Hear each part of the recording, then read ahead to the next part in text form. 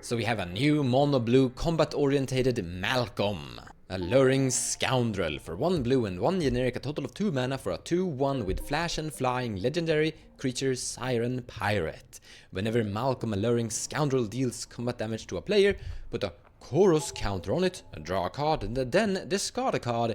If there are 4 or more chorus counters on Malcolm, you may cast the discarded card without paying its mana cost. So first of all, this is a YouTube channel focused on the most competitive part of this format, but everything doesn't always have to be the best of the best, so let's talk about how you could optimally make Malcolm Alluring Scoundrel as good as possible. But I do want to emphasize that it's not going to be like dominating commander in a tournament, so to say.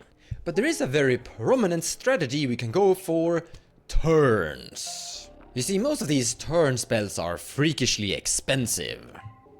But that's where your commander comes in and costs them for free. And once you've casted them, you get to go to your next turn and attack again, draw a card and cast the next turn spell and keep on going like that.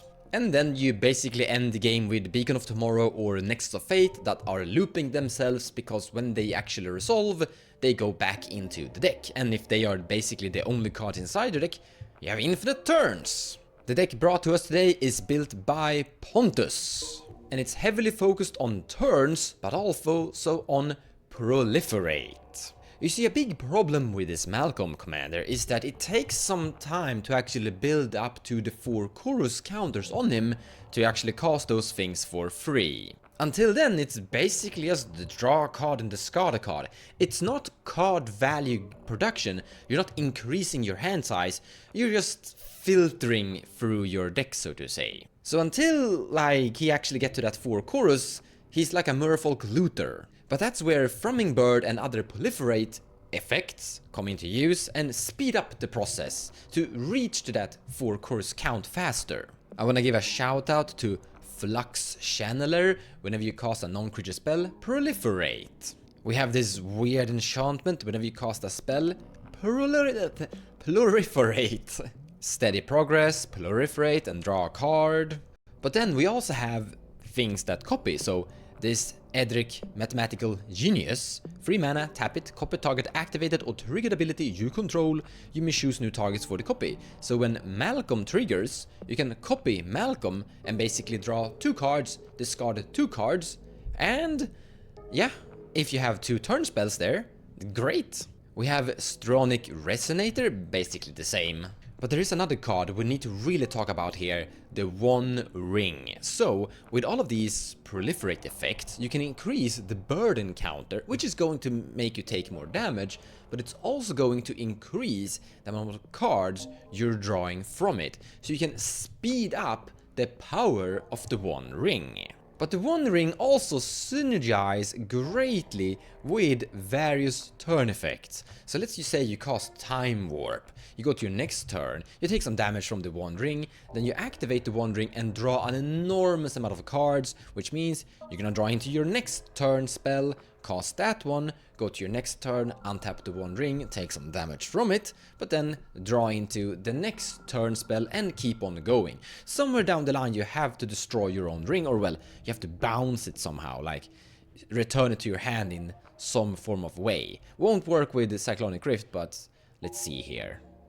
Serum Snare is what we're using to bounce it back to our hand. And Serum Snare also has Proliferate on it. It's why we're playing it. So it's like a interaction versus an opponent, but also increasing the chorus counters on Malcolm at the same time. Interacting and speeding up your game plan. Rad Storm. Storm and Proliferate. All you need. But we can play some other really big spells like Enter the Infinite, Bribery, Coveted Duel, Omniscience, and then you're kinda done. So I guess you get the overall picture of sorts. We're also playing Sword of Truth and Justice. Whenever a creature deals combat damage to a player, which is kind of the ultimate goal, put a +1/+1 counter on a creature you control, then Proliferate. And I guess that's more or less how you're winning this game, because we are going to go infinite turns, which means we're just gonna sit there and attack our opponents until they're dead. But if we're not going infinite turns, we're just gaining a lot of turns, we can potentially smack people out of the game too. So it's kind of a, I don't want to say Voltron deck, but it's playing the Voltron game plan, so to say. Like, playing Voltron with value. With all the proliferation that we also have Magistrate Scepter. So 4 mana, tap it, put a shard counter on Magistrate Scepter, remove 3 shard counters from Scepter, take an extra turn after this one. So if you just have enough ways to generate Proliferate on this thing, for example with your sword here, you can start to eventually generate infinite turns kinda. I mean, we have this thing too, Contagion Engine. So, which is not something we're going to cast for 6 mana. We're gonna cast it with our Malcolm, and by tapping it and 4 mana, Proliferate, and then Proliferate again. So basically proliferating 2 times. All of this proliferation will also make your Everflowing Chalice and Astral Cornucopia a lot stronger too. One thing I really like about this commander is that it's very simple to play, like your game plan is super straightforward and it's something you can build for a beginner or as a beginner. Because the entire game plan can truly be summarized like this. Try to mulligan into a hand that's gonna get Malcolm into play, preferably turn 1. Well, turn 2 it's probably where it's gonna be in play, but with some fast mana rocks and some other tricks, you can get him into play at turn 1. I mean, we have Chromox, we have Jewel Lotus, we have Lotus Petal, Mana Crypt, Mox Diamond, Gemstone Caverns to achieve that turn 1 commander.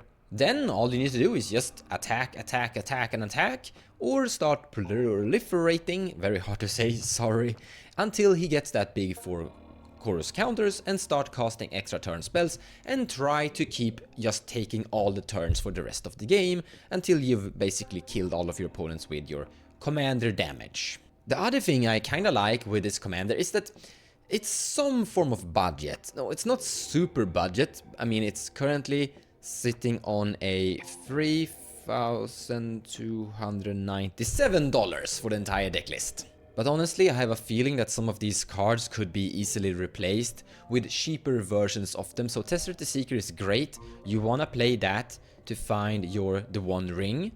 Omniscience is usually kinda, it's not super expensive. Rhystic Study is kind of expensive, but that's, I mean, if you're getting into cEDH and you wanna have this as an entry deck, Rhystic Study is something you're gonna get in your hands on anyway, so it doesn't really matter that much. Sword of Truth and Justice is not truly necessary, you can actually ignore that one. Mox Opal is ultra expensive, but also it's actually not that necessary, you can ignore that one. It's something you wanna have in your deck, but if you wanna build this deck more on a budget, this is something you can skip. Jewel Lotus, however, is quite expensive, but this is something you truly need. You really need to have your commander in play as fast as you can, and this is just going to increase that power a bunch.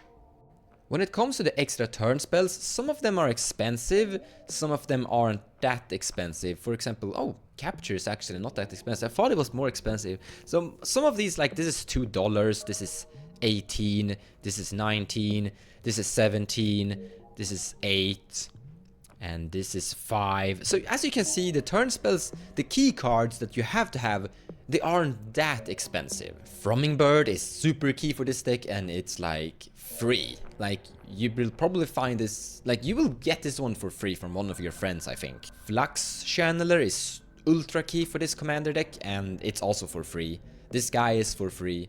Phyrexian Metamorph is a little bit expensive. He's not super relevant for the deck, but it's something you wanna have. Phantasmal Image is good, something you wanna have, and it's not that expensive either. Bribery is a bit expensive, but it's also not something you truly need. It's just a good card overall when you're casting it for free, basically. Normally the way Pontus does this is that he's using Enter the Infinite to draw his entire deck, and then use Bribery to basically get a fastest oracle from one of his opponents. So Enter the Infinite, and this is his fastest oracle. So this is his consult, and this is his fastest oracle. But, I mean, once you've drawn your entire deck, you start to have the infinite turns assembled already with... Where is this next? Oh, sorry, it's on instant. So there's the Nexus of Fate. So once you have entered the infinite, you already have the Nexus of Fate, and then you don't actually need the fastest oracle Bribery anymore. Expropriate is a bit expensive, and I would say that it's truly key. Like, this is one of the best spells for the deck to resolve. If you're casting this for free, you're taking an extra turn and stealing a permanent from all of your opponents, usually. Gemstone Caverns is a bit expensive, but it's ultra key for this deck. It's going to increase your chance of having your commander in play turn 1, and you want to have as many cards as possible that get your commander into play turn 1. For example, if you could play more Lotus Petals, you probably would. Karn's Bastion, a proliferating land, not that expensive. This is in foil, so you can probably find it cheaper. So overall, a kinda budget, a good entry into a higher power or a casual competitive power level, where you're getting your hands on a few cards that is going to follow you forward into future cEDH decks. If you like going to combat, and if you like taking extra turns, if you like drawing and discarding cards, this is a guy for you. I mean, I honestly think it should be mentioned that Pontus does not play any flashback cards like Flash of Insight. So, flashback, 1 and a blue, remove X blue cards from your graveyard. You're usually gonna have a lot of blue cards in your graveyard as you're discarding cards, and then you can basically look at the top X cards of your library and put one of them into your hand and the rest in the bottom of your library. We also have Deep Analysis, target player draws 2 cards, flashback, 1 and a blue, pay to real life, and yeah, cast it from your grave. So there are other worthy mentions for this commander, like the flashback or the graveyard strategy, so to say, as well. I mean, you could play Wonder, as long as Wonder is in your graveyard and you control an island, the creatures you control have flying.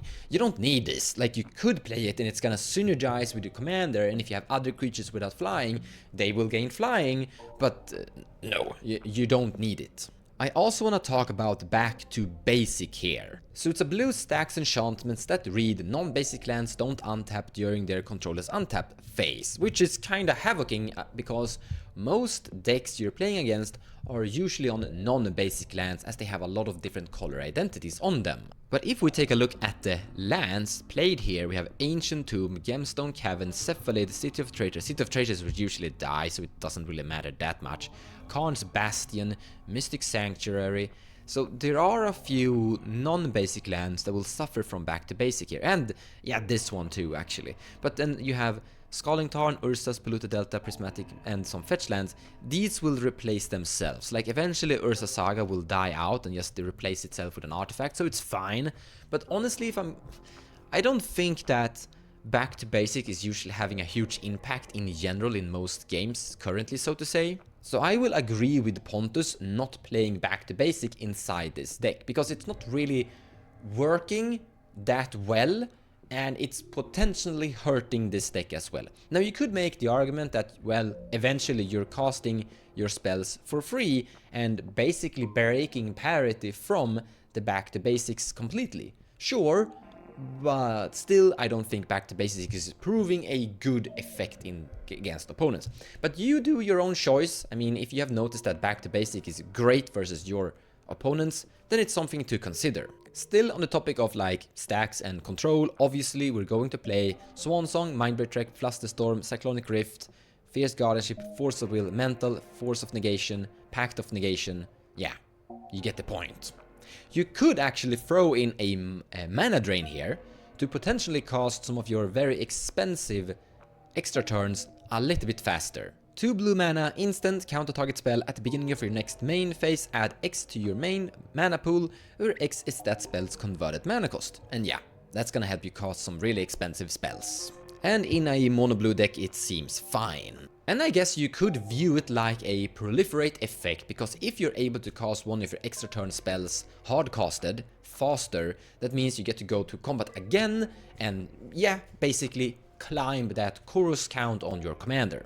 As always, link in the description below of the video. I hope this video helps you in your construction of this Malcolm Alluring Scoundrel. Once again, I don't think this is going to be a dominating commander inside a tournament format, and I wouldn't truly recommend someone taking it to a tournament, but everything doesn't have to be the best of the best. I mean, sometimes we're just trying to make a commander as good as possible.